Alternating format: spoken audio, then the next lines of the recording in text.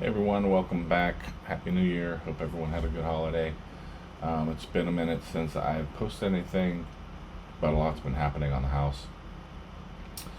Just a quick update on what's going to happen the next few weeks is I'm going to do some more videos.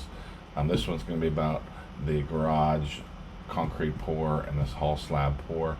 Some upcoming videos are going to be about, we had some windows installed, we had rough-in plumbing, we had I did a bunch of liquid flashing around the house, both for the windows and around the sill, the mud sill.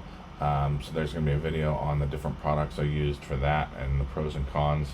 There's going to be kind of a tips and tricks video that will have some of the pros and cons and tips that I have for the liquid flashing, and then some other tips and tricks as well. So that's kind of what's upcoming.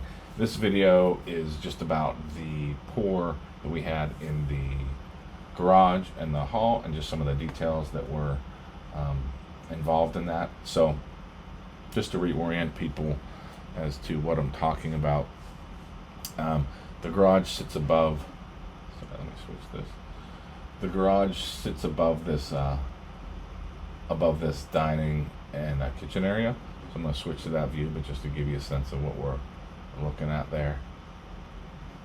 So this is the garage that we poured. This is the hallway. There's a doorway here. There's a doorway here, and this is the mudroom area. And you'll see that just has sand there, or just soil.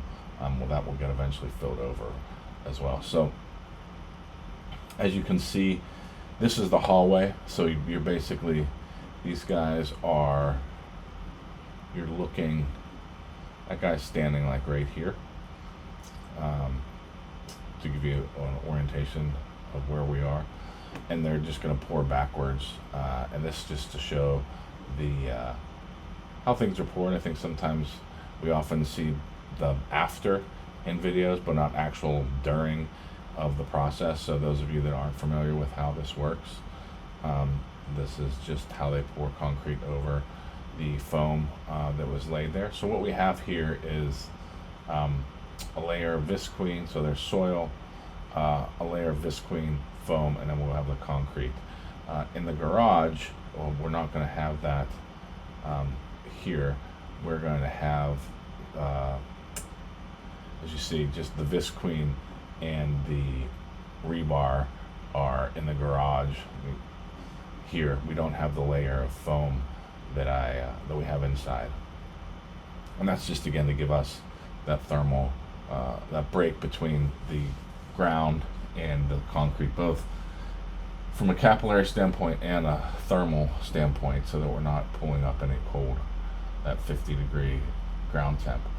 One thing to note when we were doing this is we obviously have foam in this hallway here, but we had to put a foam piece between the garage and the house, and then you're going to see there's a foam piece actually right there as well, and here, just so we're going to have that break between. So there's a piece of foam behind this piece of wood. You can see the bottom of that there, giving us that break between the forms of concrete, just so again we're not drawing in that coldness from the other slab that will eventually get poured in here. We'll treat this room, which is this room here, similarly. We'll have foam, rebar, visqueen, not in that order, but visqueen, foam, rebar, and then we'll pour, and then those two should meet where, let's see if I can scrub over here.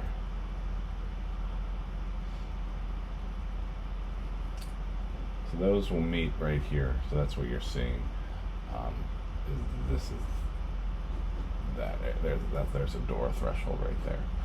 So another detail that often gets overlooked is, well, what the heck is happening? How does the concrete get in there?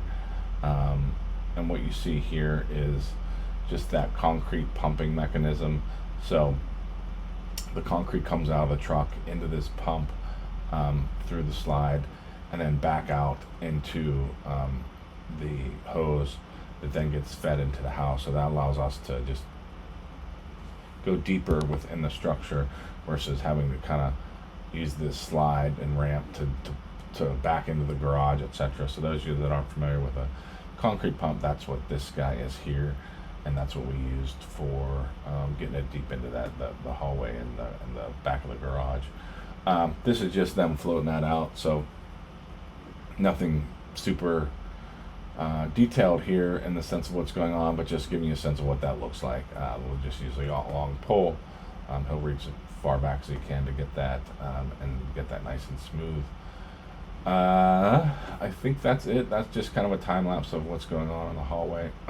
Just screening that back, and the next steps there. What we did was put some ram board over here, just to protect it during the build process.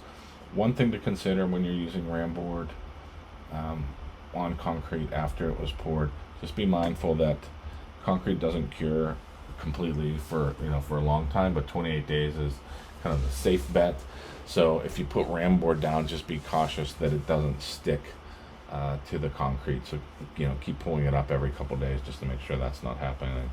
The last thing you guys need is ram board on the interior of your home, stuck to your concrete, or even if you can, if it doesn't stick, potentially transferring that text ink onto your concrete is not good either. So that's where we are with the concrete pour. Looking forward to posting a bunch of other new videos. Like I said, keep watching. This is becoming very interesting as we close in on getting the house closed up and getting more toward the interior finishes and the siding and the windows install and things like that. So that's all I have for this concrete one. But again, subscribe, keep watching, keep posting comments, and let me know if you have any questions on this or the other videos. Thanks. Bye.